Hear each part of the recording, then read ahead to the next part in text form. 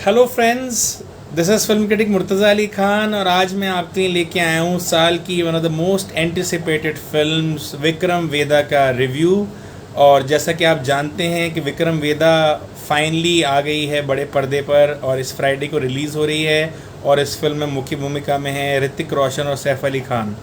अगर आप नहीं जानते तो मैं आपको बता दूं कि ये एक 2017 की तमिल फिल्म विक्रम वेदा का रीमेक है और ये film basically frame by frame remake है almost. But the only thing is कि यहाँ पे अब ये यूपी में सेटिंग है इसकी और थोड़े कैरेक्टर्स जो हैं वो नॉर्थ इंडियन और जो हिंदी हार्टलैंड है उसमें सेटिंग है इसकी, तो वो डिफरेंस है। पर ओवरऑल जो पूरी की पूरी कहानी है, जो स्क्रीन प्ले है, वो सेम है। और जहाँ पे गायत्री जो पुष्कर गायत्री हैं उन्होंने जैसे तमिल वर्जन को डायरेक्ट किया था, यहाँ पे भी उन्होंने ही डायरेक्ट किया है। लेकिन फ़िल्म की जो सबसे ज़्यादा ख़ास बात है वो ये है कि इसमें ऋतिक रोशन और सैफ अली खान एक दूसरे के आमने सामने हैं। ये इस फिल्म को बना देता है लार्जर देन लाइफ, क्योंकि सैफ अली खान को हम जानते हैं वो उन एक्टर्स में से एक हैं who can play to the gallery. Tanaji में हमने देखा था उन्होंने नेगेटिव रोल भी जब प्ले किया था तो बहुत ही लार्जर देन लाइफ की तरह उन्होंने उदय भान के कैरेक्टर को प्ले किया था। और तानाजी की एक बहुत बड़ी सक्सेस का रीज़न था सैफ अली खान की वो नेगेटिव पोर्ट्रेयल जो तानाजी में वो उदय भान का कैरेक्टर प्ले करते हैं अजय देवगन के ऑपोजिट। तो यहाँ पे भी जो उनका कोलिजन कोर्स है वो बहुत इंटरेस्टिंग है, क्योंकि इस बार सामने अजय देवगन भले ही नहीं है पर ऋतिक रोशन है जो एक मेगा स्टार हैं। और ऋतिक रोशन और सैफ अली खान की जो केमिस्ट्री है वही सारा डिसाइड करने वाला है कि विक्रम वेदा एक बड़ी हिट होगी, एक ब्लॉकबस्टर होगी या एक मेगा सुपर डुपर ब्लॉकबस्टर होगी। तो मैं फ़िल्म देख के आ रहा हूँ, अभी दिल्ली में प्रेस शो हुआ था और फिल्म सुबह रिलीज़ होने वाली है। ऑलरेडी बुकिंग वगैरह फ़िल्म की काफ़ी अच्छी चल रही है और मेरा फ़िल्म देखने के बाद ये अनुमान है कि ये फ़िल्म एक बहुत बड़ी ब्लॉकबस्टर होने वाली है और ये शायद ब्लॉकबस्टर से भी बड़ी फिल्म हो सकती है, क्योंकि फाइनली बॉलीवुड अपने एलिमेंट में आ गया है और हमें एक्शन, थ्रिल, सस्पेंस, ड्रामा, जो भी आप तड़का जो बॉलीवुड के साथ एसोसिएट करते हैं, जब बॉलीवुड की फिल्म एकदम अपने बेस्ट पर होती हैं वो सब कुछ इस फिल्म में है। यहाँ पे एक्शन है, यहाँ पे सस्पेंस है, यहाँ रोमांच है, यहाँ पे बहुत ज़बरदस्त तरह का लार्जर देन लाइफ जो कोलिजन है। सैफ अली खान के जो कैरेक्टर है विक्रम जो कि कॉप हैं और वेदा जो कि ऋतिक रोशन का कैरेक्टर है जो कि एक गैंगस्टर है यूपी का। और ऋतिक रोशन को हमने इससे पहले भी सुपर 30 में देखा था, थोड़ा वो बिहारी और भोजपुरी एक्सेंट के साथ आते हैं। पर विक्रम वेदा में जो उन्होंने अपना एक्सेंट और डिक्शन जो है उस पर बहुत कमाल का काम किया है। जो उनके साथ डिक्शन कोच है उसने भी बहुत कमाल का काम किया है। तो जो सुपर 30 में कहीं जगह वो कमज़ोर लगते हैं इस एक्सेंट को पकड़ते हुए, यहाँ पे उनका एक्सेंट बहुत कमाल का है, उन्होंने काम किया है। उनका लुक बहुत कमाल का है, एकदम रॉ रगेड लुक है। और जब वो सामने आते हैं सैफ अली खान के तो लगता है all hell will break loose. तो जो उनका जो केमिस्ट्री है वो बहुत इंपॉर्टेंट है और through out the film in दोनों का आमना सामना होता रहता है। कॉप और सामने विलन यानी कि गैंगस्टर विक्रम और वेदा, और ये कोलिजन कोर्स है, क्या होगा। तो जल्दी से मैं बिना किसी स्पॉइलर को दिए हुए मैं आपको एक कहानी बता देता हूँ। कहानी ये है कि विक्रम जो हैं एक इनकाउंटर स्पेशलिस्ट हैं और ये एक यूपी का एक स्पेशल टास्क फोर्स है जिसमें ये रहते हैं और इनका काम है क्रिमिनल्स को सफाया करना उनका। तो गैंगस्टर्स हैं उनको ये ट्रैक करते हैं, उनको ये घेरते हैं और उनको ये इनकाउंटर कर देते हैं। इनका पूरा का पूरा जो स्क्वाड है उसका यही काम है, जो भी ड्रेडेड क्रिमिनल्स हैं स्टेट के उनको ढूंढना, उनको कॉर्नर करना और उनका इनकाउंटर कर देना। बहुत सिंपल सा कैरेक्टर है। वेदा जो है एक बहुत ही ज़्यादा ड्रेडेड गैंगस्टर है जिनके नाम से सब थर थर काँपते हैं और पुलिस जो है वो भी उनसे बहुत परेशान है क्योंकि 16 मर्डर्स कर चुके हैं वो, and he is a wanted criminal. और सामने है विक्रम जो कि 18 इनकाउंटर्स कर चुके हैं। तो इन दोनों का एक कोलिजन कोर्स है। तो एक इनकाउंटर जब होता है, जब इनको टिप मिलती है वेदा की और वेदा के कुछ आदमी उस इनकाउंटर में मारे जाते हैं, तो अब इनको लगता है कि अब वेदा ज़्यादा दूर नहीं है और वेदा पकड़े जाएंगे और ये वेदा को ढूंढ ही रहे होते हैं। तभी वहाँ कमाल की चीज़ होती है, वेदा खुद ब खुद ही पुलिस स्टेशन में अपने आप आके अपने आप को सरेंडर कर देते हैं। तो यहाँ पे ये चूहे बिल्ली का खेल जो कैट एंड माउस गेम है वो शुरू होता है। वेदा इनको बताते हैं कि मैं आपको एक कमाल की कहानी सुनाने वाला हूँ, क्या आप वो कहानी सुनेंगे। तो this goes back to the idea of Vikram Betal, और वहीं से इसका रूट है, वहीं पे इसका जन्म है, वहीं से ये कहानी आई है जो विक्रम बेताल की कहानियाँ होती हैं। तो वेदा विक्रम को कहानी सुनाते हैं और कहानी ख़त्म होने के बाद उनसे मॉरल डायलेमा देते हैं और उस मॉरल डायलेमा में पूछते हैं क्या लगता है आपको, क्या करना चाहिए मुझे, क्या मुझे ये करना चाहिए चाहे मुझे वो करना चाहिए। और विक्रम भी उस बेताल के साथ वो एक बड़ा इंटरेस्टिंग जो उनकी केमिस्ट्री है वो आगे बढ़ती है और वो अपना जजमेंट देते हैं। तो कॉन्शियस, सही और गलत के बीच में जो लाइन है उसको फेड करती है ये फिल्म। सही क्या है, गलत क्या है। जो ये विक्रम का कैरेक्टर है, कॉप कैरेक्टर, वो हमेशा बिलीव करते हैं कि देयर इज़ ईदर गुड और देयर इज़ ईदर बैड।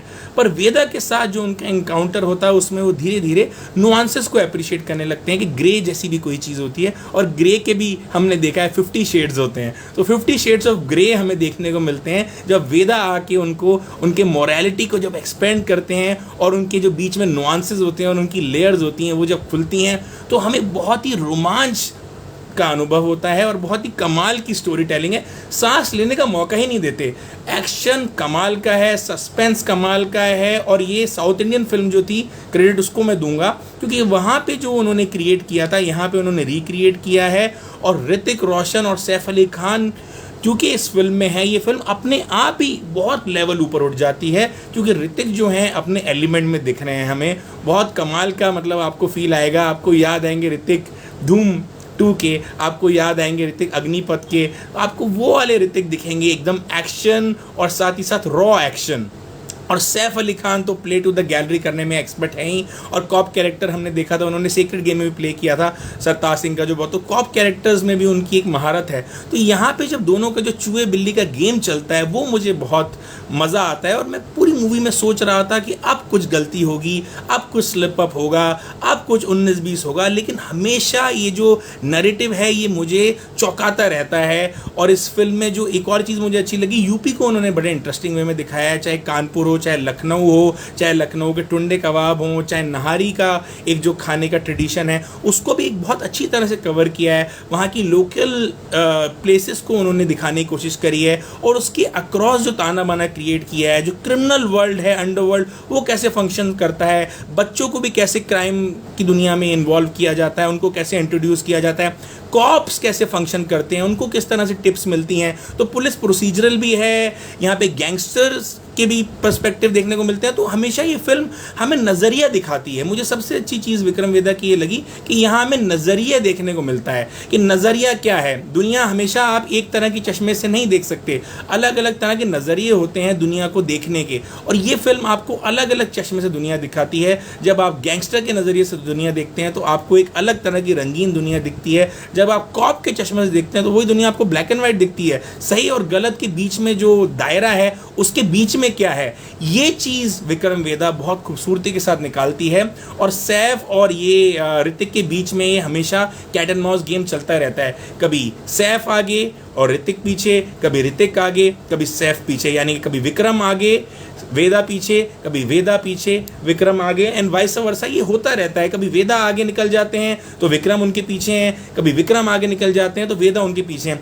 और इन दोनों की जो केमिस्ट्री है उससे जो ब्रोमांस निकल के आता है वो मुझे सबसे ज़्यादा ताकतवर चीज़ लगा विक्रम वेदा की। इन दोनों का ब्रोमांस, जो ऋतिक और जो सैफ का ब्रोमांस है, मैंने बहुत रेयरली बॉलीवुड फिल्म्स में इस तरह का ब्रोमांस देखा है। प्रॉब्ली अगर हम शोले की बात करें तो जय वीरू के बीच में जो ब्रोमांस दिखता है उस लेवल का ब्रोमांस से मैं कंपेयर कर सकता हूँ। ब्रोमांस क्या होता है, जो ब्रदरहुड और जो एक फ्रेंडशिप दिखती है दो मेल कैरेक्टर्स के बीच में, वो ब्रोमांस यहाँ पे दिखता है। मुझे Hollywood film Butch Cassidy and the Sundance Kid की भी याद आ गई, उस लेवल का ब्रोमांस दिखता है। 70s 80s की फिल्म्स में इस तरह का ब्रोमांस हमें अक्सर दिख जाता था, लेकिन यहाँ पे आजकल बॉलीवुड में मल्टी स्टारर्स हमें उस तरह से दिखती नहीं है, तो उस तरह के ब्रोमांस वगैरह हमें दिखते नहीं है कैरेक्टर्स के बीच में। तो ये आई थिंक एक ट्रेंड सेटर होने वाली है बॉलीवुड के लिए। इसका जो नैरेटिव है, एक ऊबर कूल सिनेमा कैसे बनाया जाता है, एक एक्शन फिल्म सस्पेंस से भरपूर कैसे बनाई जाती है, साथ ही साथ दो ऐसे लीड कैरेक्टर्स जो आप एक दूसरे के बिल्कुल बराबर खड़े हैं।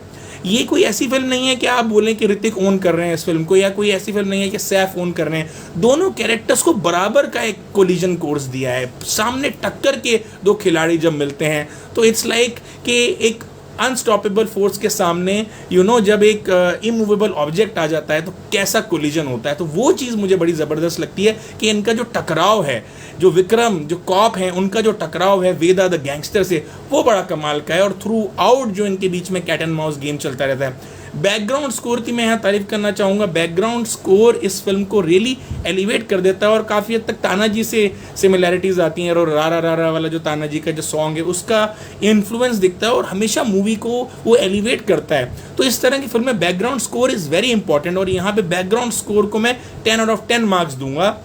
और ओवरऑल जो केमिस्ट्री है ऋतिक रोशन और सैफ अली खान की, वो भी बहुत कमाल की है। यहाँ मैं बात करना चाहूँगा सपोर्टिंग कैरेक्टर्स की भी, जो ओवरऑल सपोर्टिंग कैरेक्टर्स ने भी बहुत अच्छा काम किया है। पर शारिब हाशमी ने मुझे सबसे ज़्यादा सरप्राइज़ किया है। मैं शारिब को देख के थोड़ा क्लीशेड रोल में बोर हो गया था, family man type roles play करते करते या आम आदमी टाइप रोल्स। यहाँ पे शारिब के आपको मल्टीपल डायमेंशंस देखते हैं। यहाँ पे शारिब हाशमी अपनी एक्टिंग को डेमोन्स्ट्रेट करते हैं, उनके अलग अलग लेवल्स देखने को मिलते हैं। राधिका आप्टे भी बड़े दिनों के बाद एक रिफ्रेशिंग रोल में है, एक लॉयर का कैरेक्टर प्ले कर रही हैं, तो वहाँ पे भी एक ब्रेथ ऑफ फ्रेश एयर देखने को मिलती है, क्योंकि राधिका भी थोड़ा सा स्टीरियोटिपिकल कैरेक्टर्स में ज़्यादा दिख रही थी। तो राधिका और शारिब की तरफ से मैं खुश हूँ, और कि बाकी सपोर्टिंग कास्ट ने भी बहुत अच्छा काम किया है। पर ऋतिक और Saif, hats off to you two guys, आपने लिटरली फिल्म को ओन किया है। और ऋतिक रोशन की तो मैं जितनी भी तारीफ करूँ उतनी कम है। उन्होंने डायलेक्ट कोच रखा, अपनी भोजपुरी एक्सेंट पे काम किया, अपनी डिक्शन पे काम किया, और वो बिलीवेबल लगते हैं। लगता है ये